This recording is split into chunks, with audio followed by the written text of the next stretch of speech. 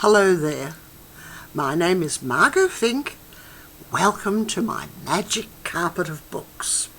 My magic carpet flies to schools everywhere, thanks to Skype.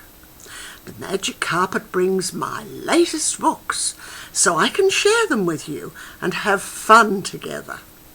I talk about writing, how books are written, finding inspiration, and becoming published. Of course, I read one of my books too and end with a great Q&A session. Do you like fantasy adventure? I hope so, because now I'm going to read you from Daisy and Bartholomew Q. It's on a Kindle reader.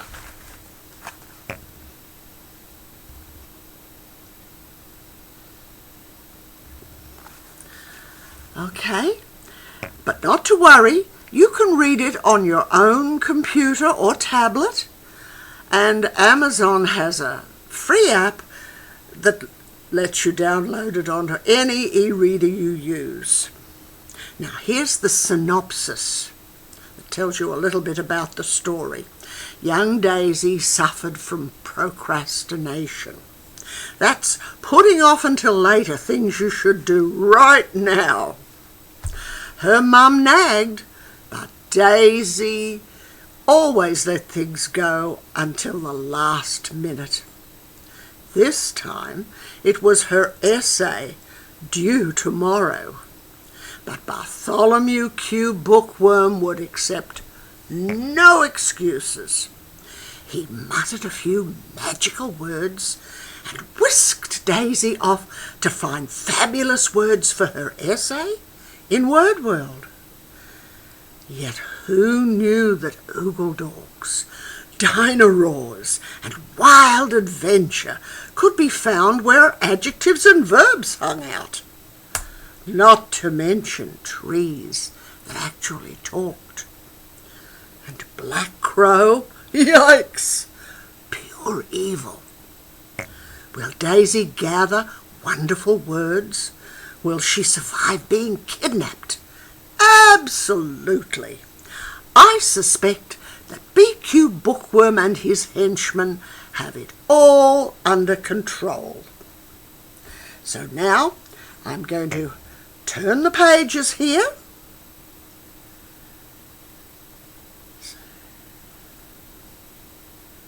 And begin at chapter 1. Each chapter has a little verse under it. Procrastination is a curse, yet green worms that surprise are worse. Daisy, have you started that essay yet? Her mother's voice blasted through the bedroom door like a foghorn, jerking Daisy away from her pop music. Don't worry, Mum, I'm on it, Daisy yelled back, then muttered, yeah, when I feel like it. Procrastination was one big sounding word she didn't need her thesaurus to understand. Mum was always throwing it at her. The blank computer screen gave off a tut-tut stare, and her printer sighed, waiting to be fed. Her essay was due tomorrow, but she knew this project was doomed. From the moment her teacher said they had to use a thesaurus. Petite and fair, Daisy's smile often chased away her friends' most determined frowns and glum moods. Yet today her warm hazel eyes were lacklustre as she hurried and hunted for a plausible excuse not to write the essay. Daisy was an excellent student until a thesaurus became involved. Then her mind froze and her eyes glazed over. The words in the thesaurus always clumped together into one huge muddle. High on its bookshelf, her thesaurus smirked. You're no help at all. She snatched it off the shelf and flung it against the wall. It'll be your fault if I get an F on this essay. The thesaurus bounced off the wall and thudded onto the floor. Daisy groaned. Oh, she was out of time and out of excuses. Tears of frustration welled up in her eyes. This essay will be a disaster. So what's the use of trying? Daisy flopped onto the bed and adjusted her earbuds. With the volume turned up on high, all thoughts of essay that she should be writing were wiped out. Turn off that rubbish before it rots your brain. Daisy gave a guilty twitch. She sat up, removed the earbuds, and looked around her. The only movement came from the curtains flapping in the window. Whew! I thought it was Mum. Come to bug me about the essay, she muttered. Oh, great! Now I'm hearing voices.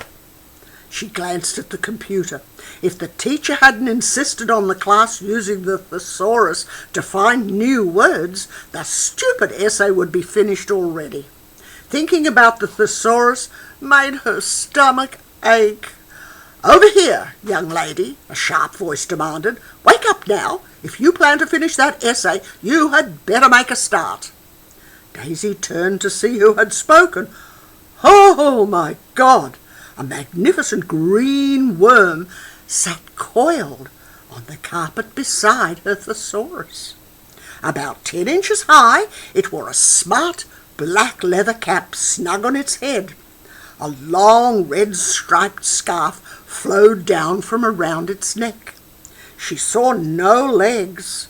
Dainty hands held onto the knob of a highly polished wooden walking stick.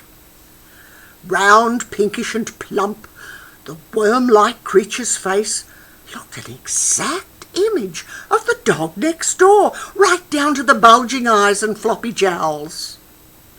The whatever it was smiled and waved his walking stick in the air. Daisy eased down her hand and pulled the comforter up to her armpits. Am I dreaming? What are you doing in my room? Goosebumps danced up and down her arms. What are you? Good manners couldn't hurt, so she added, please. Not a what, young lady, a whom? The creature gave her thesaurus a sharp tap with its walking stick. Bartholomew Q bookworm is my name. I come from a fine family of bookworms. We are rare fellows dedicated to preserving, not eating books from all ages. These words were followed by a formal bow. Wow, this is weird. Maybe I am watching too many Star Trek reruns, like Mum said. She tugged the comforter higher up under her chin. I need to know where you came from and what you want, demanded Daisy.